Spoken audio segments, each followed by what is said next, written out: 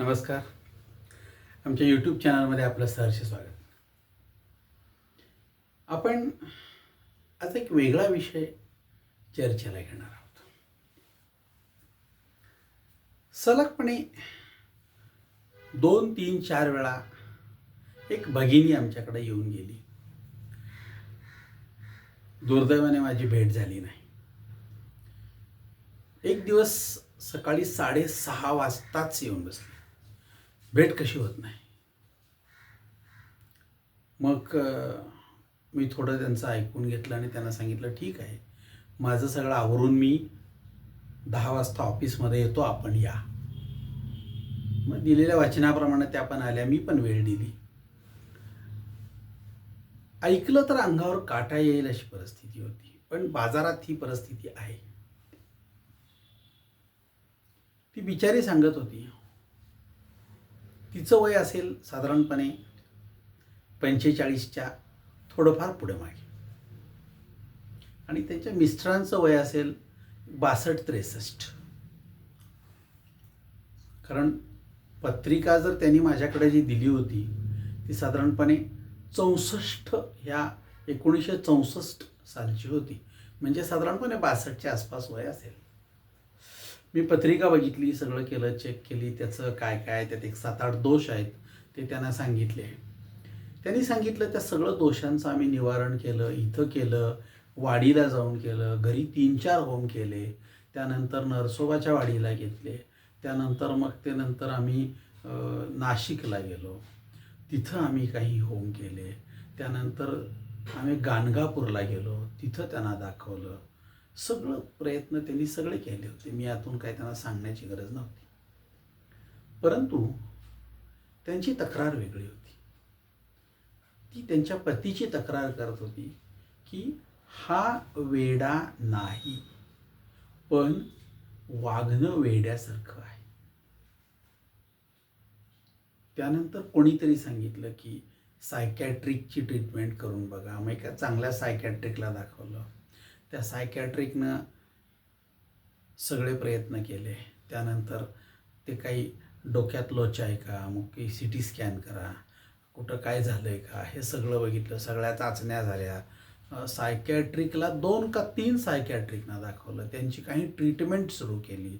हा म्हणला मी वेडा नाही, मला वेड्याच्या म्हणजे सायकॅट्रिक ट्रीटमेंटला न्यायचं नाही आणि मी येणार नाही. आणि त्यानं डॉक्टरांना स्पष्ट सांगितलं की डॉक्टर, तुम्ही सगळ्या तपासण्या केल्या, सगळं आहे, त्यात काही दोष नाही, तरीसुद्धा मला सायकॅट्रिकची ट्रीटमेंट देत आहात.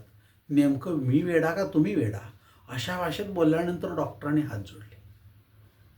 लक्षात घ्या. आता इतकं सगळं झाल्यानंतर मग त्यांच्या डोक्यात काय आलं की या पत्रिकेत काही दोष आहे काय.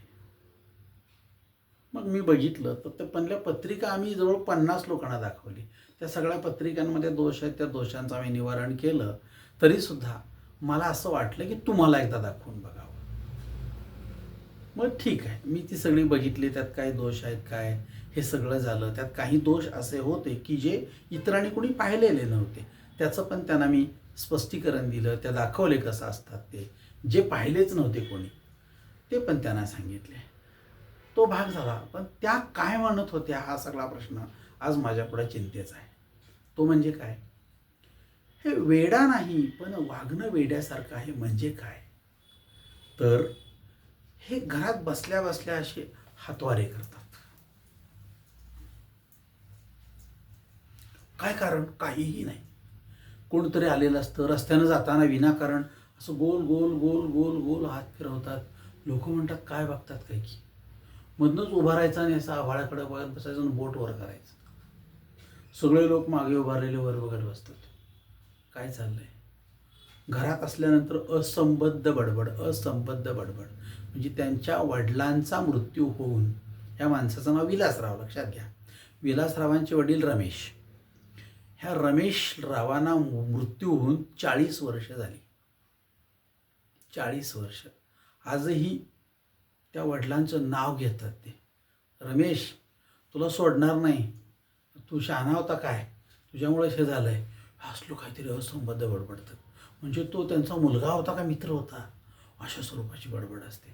आणि मग त्यांच्या भावाला एकदा दाखवलं, त्यांच्या बहिणीला एकदा दाखवलं, हे असं असं बरोबर. ते म्हणले ह्याला वेड लागलं. मग सगळी ट्रीटमेंट केली. बरं वेड्यासारखं म्हणलं तर बँकेत जाऊन व्यवस्थित पैसे काढून आणतात, ATMला जातात, काही नाही सगळे पैसे काढून आणतात, बाजारात जातात, सगळा बाजाराट करतात, सगळं चांगलं आहे. आत्ता नोकरीतून 1-1.5 वर्ष झालं रिटायर होऊन, अजून त्या लोकांशी फोनवर चांगलं बोलतात, फोन व्यवस्थित ऑपरेट करतात, सगळं आहे. मग असंबद्ध बडबड अशीच मधनं का होते? तर त्याचा झटका येतो का काय, असा एक विचार आहे. हात एकमेकावर सारखे घासत बसायचं, काही कारण नाही. ते नखं एकमेकाला घासत बसायचं. असं का करता? 4 लोकात बसलाय, गप बसा. परवा सिनेमाला गेल्यानंतर, नाटकाला गेल्यानंतर तिथं विनाकारण असं असं असं असं करून त्या हाताचा आवाज केला, शेजार पाजार उडाले. गप बसा की, तुम्हाला काय करायचं आहे, माझे हात आहेत, गप बसा तुम्ही बघा, असं म्हणायला लागलं. भांडणाला मूळ सगळं. मग शेवटी त्या लोकांची माफी मागितली. चेहरा आणि त्यावरचे हावभाव बदलले. कारण नसताना चेहरा जो आहे त्यातून वेगवेगळे आवाज काढायचे. बसल्या बसल्या बघा, मागं बसल्यात शाळेत मुलं अशी करायची मागे. मला 50 वर्षापूर्वीची गोष्ट आठवते बघा. बसल्या बसल्या बसायचं आणि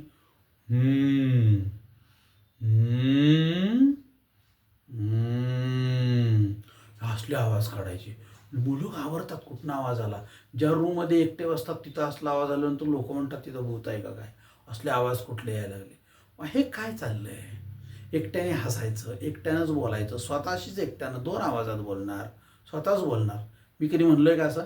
मला का असं म्हणतात, मग तुला काय करायचं आहे, हे असं एकट्यासारखंच बोलणं, मोठमोठ्यांदा ओरडणं कारण नसताना, मारल्यासारखं, म्हणू नका, लागलं, दुखायला लागलं, दुखायला लागलं, काय दुखायला लागलं. आणि आपण जाऊन बघितलं तर हातात मोबाईल असतो आणि मस्तपैकी बघत बसले असतात, आणि दुखायला लागलं, दुखायला लागलं. उठायचं, सारखं हात धुवायचे, तोंड धुवायचे, म्हणजे परत जाऊन बसायचं. 5 मिनटं परत धुतली की तुम्हाला काय करायचं आहे. मध्येच एकदा असं झालं, सगळे पाहुणे जमले होते आणि मध्येच एक, थांबा मी तुमच्याशी काहीतरी बोलणार आहे. काय बोलणार आहे? थांबले. माझ्यासाठी स्थळ बघा, मी लग्न करणार आहे. आत्ता हे काय चाललंय? हे सगळं बघितल्यानंतर त्यांना आता हे तोंड देणं ह्याला फार अवघड झालं. म्हणून मग सगळ्या ट्रीटमेंट वगैरे अमकं सगळं झालं. तरी पण त्यांनी मला विचारलं की काय पत्रिकेत काय असे फार मोठे दोष आहेत, पण ह्या दोषांचं काय निवारण करायचं आहे असं शिल्लक राहिलेलं नाही आहे. अमावास्या जन्म आहे तो केला, आश्लेषा नक्षत्रावर जन्म आहे त्याची शांती केली, वैद्युत योग आहे त्याची शांती केली, विष्टीकरण दोष आहे त्याची शांती केली, पत्रिकेमध्ये गुरु हा शत्रुघरात आहे अष्टमामध्ये त्याची शांती केली, त्याचा जप केला. त्यानंतर पत्रिकेमध्ये शनी जो आहे तो नीचेचा म्हणजे आनंद देणारा नाही आहे, तो चतुर्थ स्थानात आहे, त्याची शांती केली. त्यानंतर त्याचा जप केला, सगळं केलं म्हटले. मग उरलं काय आता उरलंय काय शिल्लक? काहीच शिल्लक नाही. मग मी काय सांगणार? मग मी याच्यावर चिंतन केलं, हे असं का होत असं. बघा, धर्मशास्त्रानं आपण जर धर्मशास्त्र वाचलं तर जे 4 आश्रम सांगितलेत त्यात 60 नंतर 60 शांत होते आणि मग आपण वानप्रस्थ नावाचा आश्रम स्वीकारतो. हे घर, ह्या चाव्या, हे सगळं व्यवस्था तुमच्याकडे, मी चाललो, मला काही जबाबदारी नको आहे. मी आहे माझ्या लोकांच्यामध्ये, मी आहे, मी फिरतो, कधी काम लागलं तर बोलवा, मी तुम्हाला मदत करायला तयार आहे. पण माझ्यावर कसलीही जबाबदारी नाही. मुलांना न्याय नाही, भाजी आणा नाही, दळण आणा नाही, ही वस्तू पाहिजे, ती वस्तू पाहिजे, ह्याचं काय करू, ह्या बँकेचं काय करू, ती जागेचं काय करू, मला काही विचारायचं नाही. 2 टाईम खायला घाला, मी माझ्या कामाला मोकळा. मग मी ती देवळात जाऊन भजन करीन, 4 मित्रांच्या मध्ये जाईन, नाही तर काय करेन. वानप्रस्थ आश्रम म्हणजे घराची सगळी जबाबदारी संपलेला माणूस. मागं तो वनात जात असे, पण आता वन राहिलेलं नाही. त्यामुळं आपण घरामध्ये राहून वानप्रस्थ म्हणजे काय तर लक्ष द्यायचं नाही, हे स्वीकारू शकतो, हे त्याच सांगितलेलं आहे. मग असा वानप्रस्थ आश्रम आपण स्वीकारतो का? नाही स्वीकारत. पुरुष असेल, स्त्री असेल, स्वीकारतो का? नाही स्वीकारत. का स्वीकारत नाही? तर आपल्या ते तत्वात बसत नाही, आपल्यात इगो असतो आणि आपण ते स्वीकारत नाही. मग आपण स्वीकारत नाही, पण विचार करा, शासकीय व्यवस्थेमध्ये रिटायरमेंट नावाचा प्रकार काय आहे? 58 नंतर रिटायरमेंट. केंद्र शासनाकडे 60 झालं, एक ठराविक कॅटेगरी आहेत त्याच्या. म्हणजे काय तर तुम्ही म्हणजे क्लास 1, क्लास 2, क्लास 3, क्लास 4 कुठं आहे त्याच्यावरती अवलंबून आहे. पण 58 to 60 या दरम्यान तुम्हाला रिटायर केलं जातं. तुमची क्षमता आहे, पण तुमची क्षमता तुमची वापरायची आता कॅपॅसिटी संपलेली आहे. आपण म्हणतो ना, गाडी चांगली आहे पण 15 वर्ष झाली की शासन म्हणतं आता हे वापरू नका, अरे आम्ही चांगली वापरली, हो मान्य, पण 15 वर्षानंतर तिला रिटायरमेंट सक्तीनं द्या. गाडी चांगली आहे. तसं तुम्ही मनानं चांगले आहात, कार्यक्षम आहात, काम करू शकता, सगळं आहे. पण शासन म्हणतं आता हे 60 किंवा 58 झाले, तुम्ही काम करणं बंद करा. कारण तुमचा मेंदू हा चांगला आहे, पण तो इतका हेजला आहे की आता कुठल्याही क्षणी तो अडचणीत आणू शकेल आम्हाला. म्हणून तुम्ही रिटायरमेंट सक्तीनं घेणं गरजेचं आहे. पण आपल्या घरामध्ये, व्यवसायामध्ये असं होत नाही. आपण शेवटपर्यंत करत राहतो. म्हणून आपल्याला अडचणी जास्त येतात. मग आपल्या वागण्याचा घरावर सगळा परिणाम होतो तो हा. कारण नसताना सगळं सोडून त्यांच्या शांत्या, त्यांच्यावर फिरणं, त्यांच्या सायकॅट्रिक, त्यांची ट्रीटमेंट, ते डॉक्टर, त्या तपासण्या, ह्यात ती बायको हॅरॅश झालेली आहे. ती नोकरीत आहे, ती शिक्षिका आहे एका शाळेला. हॅरॅश झाली. ती म्हणली माझं जेवण तुटलं, माझी काळजी, त्यामुळं मला एवढे प्रॉब्लेम आलेले. आणि त्याच्यामध्ये सगळ्यात मोठा स्त्रीचा प्रॉब्लेम काय होता, त्यात ती मोनोपॉज स्थितीमध्ये होती. तिचं स्वतःचं काय कळना तिला. अशा अवस्थेमध्ये त्यात हे अजून घोंगडं सांभाळायचं म्हणजे तर मग तिचं वेडे होण्याचाच प्रकार आहे. म्हणजे ह्याच्यानंतर ही वेडी जर झाली तर या घरामध्ये 2 वेडे. किती अवस्था आहे. म्हणजे तिला ह्या वयात हा त्रास नको आहे, परंतु सगळं जर हे असं असेल तर ह्याला घरातले कोणच बघायला नाही. मुलगा म्हणला मला जमणार नाही, सून म्हणली मला जमणार नाही, मुलगी तिच्या घरी गेली, आई तू आणि ते बघून घे. मग त्या आईनं करायचं काय, फार अवघड आहे. म्हणून शासन म्हणतं की रिटायरमेंट आहे. मग ती रिटायरमेंट नेमकी काय आहे, धर्मशास्त्र काय सांगतं, धर्मशास्त्र भागवत काय सांगतं. 10 वेळा भागवताचा विचार करा, वाचा आणि मग सांगा. ह्या गोष्टी इतक्या वर्षापूर्वी भागवतामध्ये सांगितलेल्या आहेत. का 50 नंतर संसाराचा पाश सोडा, पाश सोडा, सुटत नाही, घट्ट धरून ठेवलेला आहे, सुटलेला नाही तो पाश. संसाराचा पाश सोडा. हा संसार माझा नव्हे, मी मदत करायसाठी आहे, मी मदत करायसाठी आहे.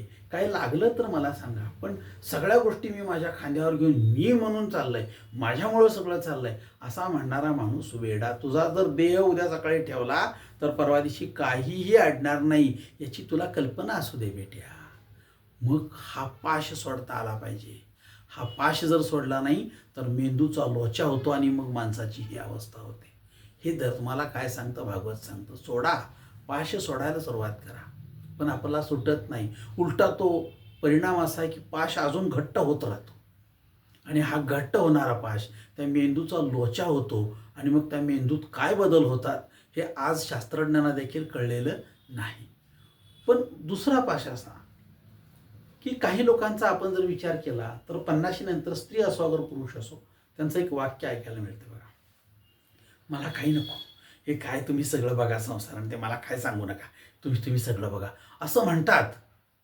असं म्हणतात, पण प्रत्यक्षात जागताना सगळं मलाच पाहिजे, सगळं मला पाहिजे.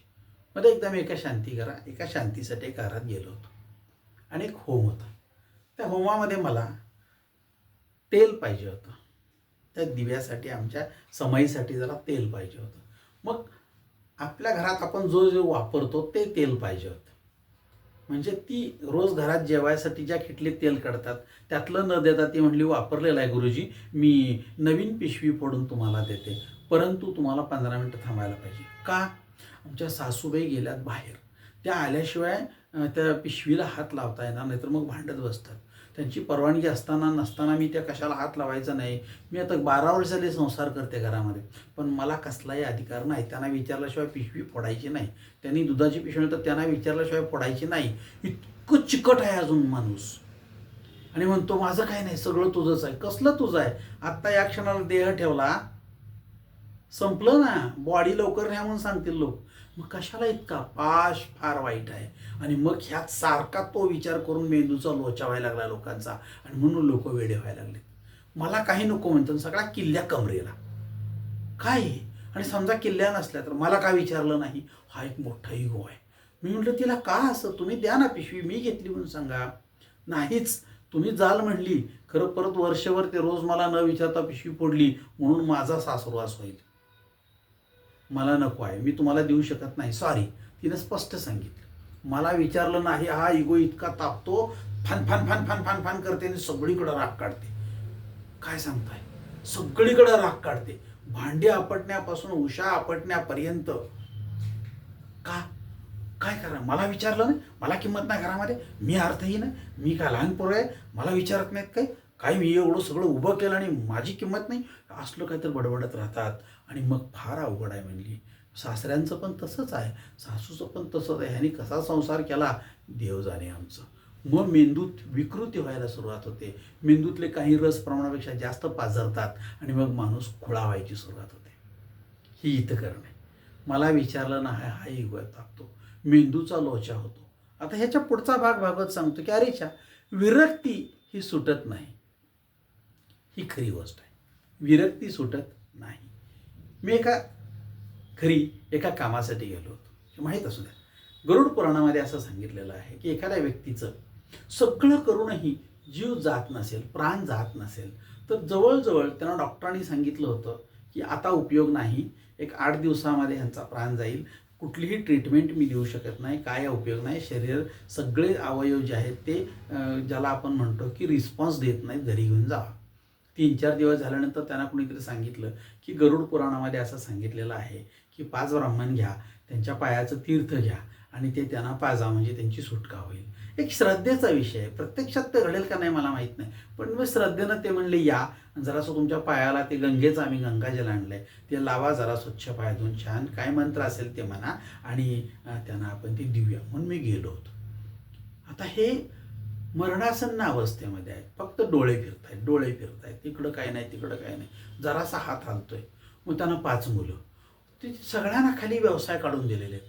तर बघा माणसाचा पाश कसा असतो. मग मी त्यांच्या शेजारी बसलेलो होतो, ही सगळी मुलं आली, सगळं झालं.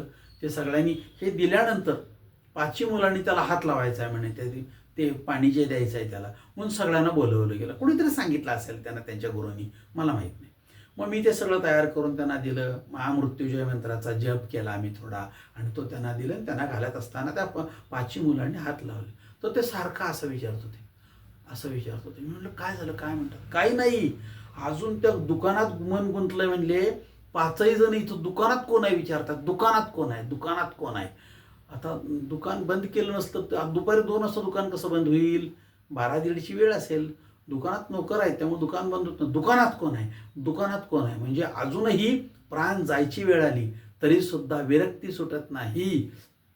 5 मुलांचा व्यवसाय का, पण अजूनही तेच म्हणतोय की दुकानात कोण आहे. किती अवस्था वाईट आहे. आता सोडा ना पाश, कशाला पाहिजे दुकान आणि ते धंदा, त्याचा फायदा तोटा जळे ना तिकडं. अरे सोडा ना पाश जरा तरी, पण नाही प्रवृत्ती आपली. म्हणून ही लहानपणापासून आपल्याला प्रवृत्ती पाहिजे. आता ही प्रवृत्ती असते का नसते? असते प्रवृत्ती, नीट लक्षात घ्या. ही प्रवृत्ती असते का नसते? असते. तुमच्या घरातलं एक साधं उदाहरण सांगतो, ते आहे का नाही बघा. मी त्यांना सांगितलं, तुम्ही त्यांना लक्ष द्या, तुमच्या मिस्टरांना तुम्ही वेडं ठरवू नका, तुमची पण प्रवृत्ती तीच आहे. त्या म्हणल्या कशा काय? बघा, 100 रुपये किमतीची एक प्लॅस्टिकची बादली आपण आणली, 10 वर्ष वापरली, काही नाही, बादली छान राहिली, कारण नीट वापरली आपण ती. हो आहे म्हणली, आमच्या 10 वर्षापूर्वीची बादली आहे. एक दिवस ती बादली भरलेली त्या कडीला धरून उचलत असताना फटकिनी हातातून फुटली आणि तुकडे तुकडे झाले, कारण ती काय झाली, ती कडक झाली होती. 10 वर्ष वापरली, 100 रुपये किमतीची बादली, म्हणजे प्रत्येक वर्षी फक्त 10 रुपये आम्ही त्या बादलीवर खर्च केले. 10 वर्षात 100 रुपये संपले. आता ती बादली जी आहे ती निवृत्त सरकारला हरकत नाही, आहे असं उचलायचं सगळं टाकून द्यायचं तुटलेले. तर तुमचा पाश काय सांगतो? तुम्ही काय केलं असतं? मग म्हणली मी कडी काढली असती, वर ठेवली असती, लोखंड आल्यावर त्याला दिली असती आणि त्या सगळ्या फुटलेल्या तुटलेले प्लॅस्टिकचे तुकडे एका प्लॅस्टिक पिशवीत भरून ठेवले असते आणि प्लॅस्टिकवाला आल्यावर त्याला दिले असते आणि बारकी संडाससाठी बादली घेतली असती. मला सांगा, आता पाश सुटलाय का हिचा तरी? नाही. त्या लोखंडाच्या कडीमध्ये ती विकून लोखंड असं किती पैसे मिळणार आहेत, पण सुटला नाही पाश. आपला पाश सुटत नाही शेवटपर्यंत पाश सुटत नाही आहे. त्या फुटलेली बादली सुद्धा हिला सुटत नाही हातातनं. या सगळ्याचा अर्थ असा की आपण इतके गुंतून आहोत की आपल्याला असं वाटतं की आपण पुढचे 5-7 हजार वर्ष जगणार आहोत. इतका पाश सुटत नाही. ते सोडायला शिका. या गोष्टीतला जर पाश सुटला तर हळूहळू तुम्ही विरक्त व्हायला शिका. हळूहळू एकदम होणार नाही, कारण आपण त्या जगण्याच्या काठीला घट्ट धरून बसलेलो आहोत. म्हणजे एखाद्या पुरामध्ये एखादं बारकंसं झाड आहे आणि त्याला कोणीतरी धरून बसला आहे आणि इतकं जोरात पाणी होतं आणि कोण मदतीला येत नाही, तेव्हा तो ते झाड सोडतच नाही बघा. नारड्यापर्यंत पाण्यात तर सोडत नाही. तशी माणसाची अवस्था होत चाललेली आहे. विरक्ती सुटत नाही. कधीतरी एकदा विरक्त व्हायला शिका. हे सगळं हळूहळू सोडायला शिका. चांगलं असेल तर तिकडं पाहायचं लांबून, सोडून द्यायला शिका. तर तुम्हाला मेंदूचा लोचा होणार नाही. मग यासाठी तुम्ही काय करायला हवं, तर साठीनंतर तुम्ही ह्या सगळ्या गोष्टी गुंतवून घ्यायला शिका. कशात? मग तुम्ही गाणी म्हणा, लिखाण करा, बागकाम करा, एखाद्या चांगल्या कामामध्ये मन रमवा. तुम्हाला काय वाटतं, एखाद्या कीर्तनाला जावं, प्रवचनाला जावं, ते करा, त्यात सहभागी व्हा. जे आजपर्यंत मी वाचू शकलो नाही, इतकी लाखो पुस्तकं बाजारात आहेत, ती वाचा. आता तर इतकी चांगली सोय आहे, मी वाचू शकत नसेल तर मी छान ऐकू शकतो. ऐकण्याची सोय आहे. ऐकण्याची सोय नसेल तर कोणीतरी वाचतंय आणि ते ऐकायला शिका. आपल्याला सगळं दोन्ही ऑडिओ मिळतात, व्हिडिओ मिळतात, पाहायची सोय आहे सगळ्या पुस्तकांची, ती घ्या, त्यात सहभागी व्हा. जमत नसेल तर सामाजिक कार्य भरपूर आहेत, अशा करणाऱ्या भरपूर संघटना आहेत, त्या संघटनांमध्ये झोकून द्या. तुमचं इतकं प्रचंड काम आहे, तुमच्या ज्ञानाचा जिथं इतरांना फायदा होतो तिथं काम करा. मी सांगलीला एका कामासाठी गेलो होतो. सांगलीच्या सिव्हिल हॉस्पिटलमध्ये एक माणूस बसलेला मॅडम पाहिला, काहीही नाही. तो माणूस रिटायरमेंटनंतर 24 वर्ष आज सिव्हिल हॉस्पिटलमध्ये जिथं पेपर करतात तिथं बसलेला असतो. त्याला कोणी पगार देत नाही, काही नाही, काही नाही. मग मी विचारलं, काका तुम्ही का? आम्ही तिघं चौघं आहोत म्हणले. आम्ही सगळे ठरवलं घरी त्रास देण्यापेक्षा इथे येऊन बसायचं. इथं लोक येतात, त्यांना काही कळत नाही. पेपर केला, कुठं जावं कोण काय सांगत नाही, काय झालंय, कुणाकडे जावं, काय जावं, त्याला विचारायचं तुला नेमकं काय पाहिजे, अमकं. मग एक जण आमचा त्याला घेतो, त्याचा पेशंट घेतो, त्या अमक्या जागी जातो, त्याला मदत करतो, इथं दाखव, इथून ये, इथं औषध घे, इथं हे अमकं कर, या डॉक्टरना दाखव, हे सगळं कर, आणि मग त्याला मार्गस्थ करायचं औषध देऊन. त्याला फक्त मदत करा. त्याच्याकडून चहाची सुद्धा अपेक्षा करू नका, कारण आम्हाला त्याची गरज नाही आहे. आम्ही या लोकांना, म्हणजे जे म्हणतात ना की कुणाला तुम्ही मदत करणार आहे, जे का रंजले गांजले, अशांसाठी तुम्ही ज्ञानेश्वर व्हा रे. आणि मग तुमच्या मेंदूचा लोचा होत नाही, तुम्हाला त्याचा आनंद मिळेल. हिथं काय, त्या सोन्यानं कढीपाला किती टाकला हे वाकून बघणारी जर सासू असेल तर ती सगळी फोडणी तोंडावर ओढल्याशिवाय राहणार आहे का? अगं काय करायचं, तिला दे ना सगळ्या, त्या अधिकार नाही. म्हणजे अशाही अजून सुना आहेत ज्या 20-20 वर्ष झाले त्या घरात आलेल्या आहेत, पण त्यांना अजूनही सासुरवास आहे, ज्या घरामध्ये तिला स्वातंत्र्य तर नाहीच नाही, आणि म्हणे मी संसार करते. आणि असं जर असेल तर तू बाई ग, तुझ्या मृत्यूनंतर नुसता कावळा होऊन नाही, मोर होऊन सुद्धा घरावर येऊन बसशील, आणि तर घरातून हे पितृदोष जाणार नाहीत. मग हे जर असेल तर हा मेंदूचा लोचा, ह्याला धर्मशास्त्र काय करत नाही. मग हे का होत असावं, ह्याची कारणं जर शोधली आपण तर तुमच्या लक्षात येईल की ह्याला काय कारणं आहेत. ती कारणं पण धर्मशास्त्राने दिलेली आहेत. त्या कारणापैकी बघा, एक तो तुमच्या पत्रिकेमध्ये पितृदोष असणं हा एक कारण असू शकतं. दुसरं आहे की मनावर झालेले आघात. लहानपणी काही वेळेला मनावर आघात होतात. लहान आहे, ती 3-4 वर्षाचा मुलगा आहे, त्यावेळी ती आजी आजोबा मारतायत. आईने विनाकारण कारण नसताना कुठं कुठं मार खाल्लेला आहे.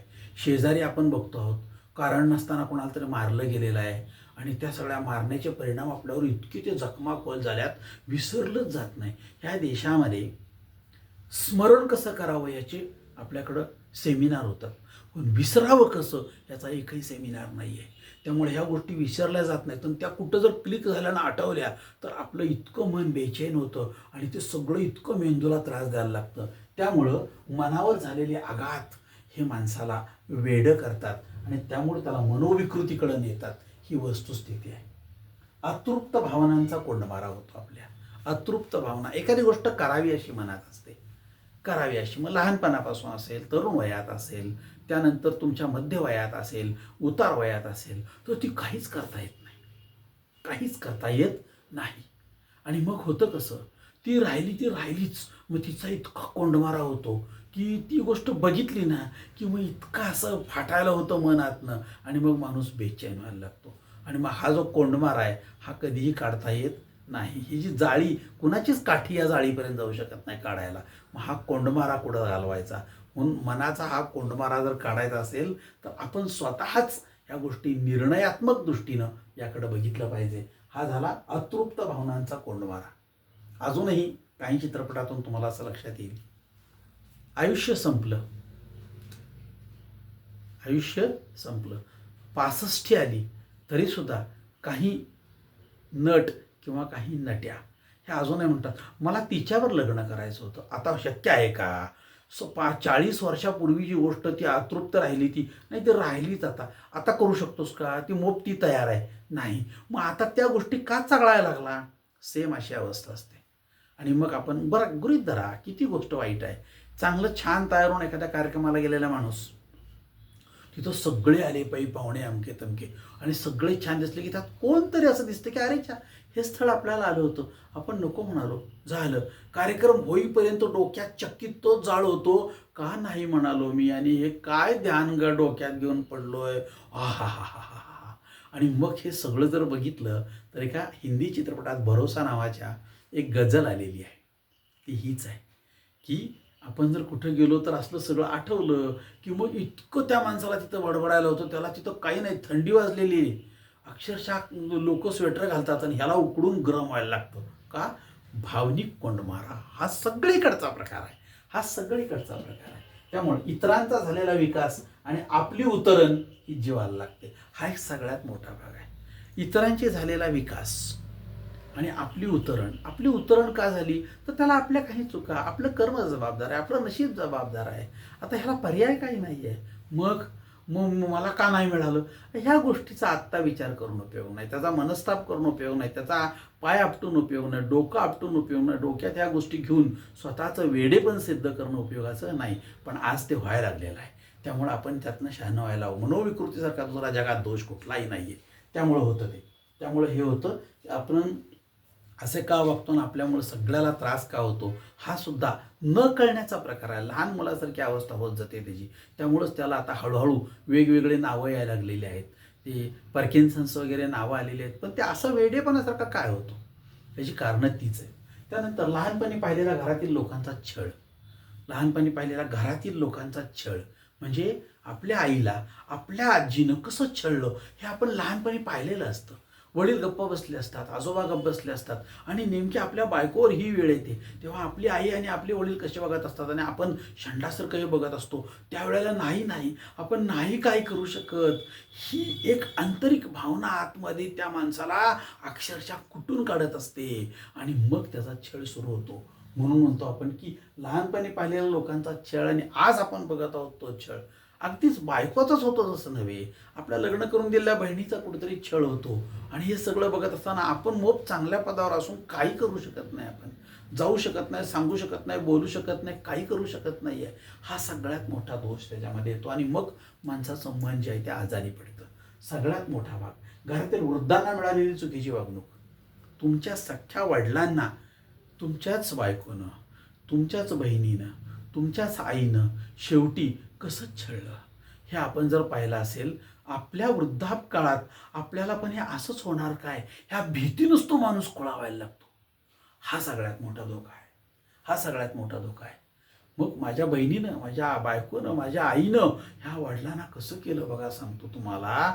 आणि काय बोलत होत्या, नुसतं बिडी ओढायची सवय, सिगरेट ओढायची सवय गेली नाही, खोकायचा, रात्रभर सगळ्याला जागवायचा, सगळे सारखे म्हणायचे हे म्हातारं एकदा कवा जातंय आणि हे आपण सगळं ऐकायचो.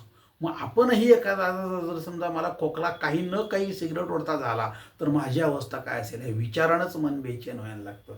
म्हणून घरातील वृद्धांना मिळालेली चुकीची वागणूक, मानसिक झालेला कोंडमारा हा सगळ्यात मोठा भाग आहे.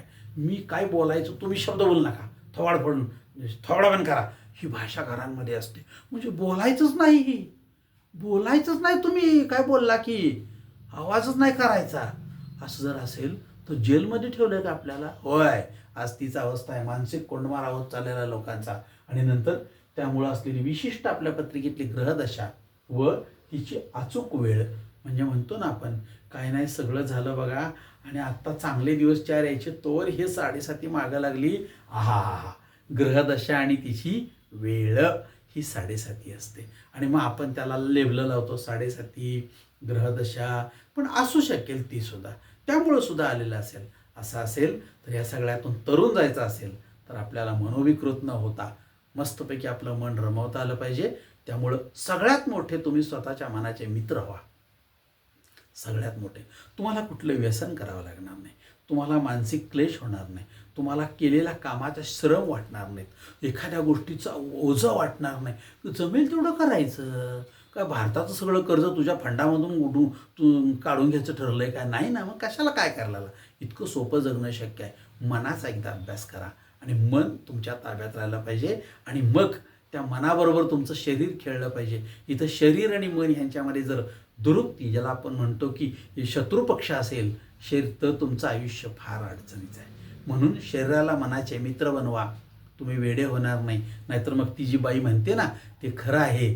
काय माहिती का, हा वेडा नाही पण वागणं वेड्यासारखं आहे असं तुमचं होऊ नये. तुमचं वागणंही वेड्यासारखं नको आणि हा वेडाही म्हणणं नको असं जर असेल. आणि अशा वेड्यांना सुद्धा परत त्या वडाला फेऱ्या मारून त्या बायका परत म्हणतात, हाच 7 जन्म देऊ दे वेडा. नेमकं मला कळलं नाही, हा वेडा घेतल्यावर त्याची ती सासू म्हणजे तिची सासू, त्या नंदा, हे सगळे परत आलं की ग बाई, सगळी फॅमिली त्याच्याबरोबर येणार. मग तुला तेच पाहिजे, पुन्हा तुला बाईचाच जन्म पाहिजे आणि पुन्हा त्याच्या नावानं ओरडतीस. नेमकं काय विचार करतीस, नेमकं सायकॉलॉजी तुझी काय आहे? अवघड आहे. मला असं वाटतं की मी प्रार्थना करतो त्या माणसाचं वेडेपण हे पत्रिकेच्या सगळ्याच्या बाहेर आहे. आत्तापर्यंत झालेल्या सगळ्या त्याच्यावरच्या आघातांचा तो परिणाम आहे. हा जगातला कुठलाही माणूस, देवसुद्धा बंद करू शकणार नाही. यासाठी स्वतःच फक्त एकमेव देव बनणं आणि अहम ब्रह्मास्मी, मीच देव आहे आणि मी मला सांभाळणार जर म्हणलात तर तुम्हाला अजिबात काय होणार नाही, हे गॅरंटीनं सांगतो.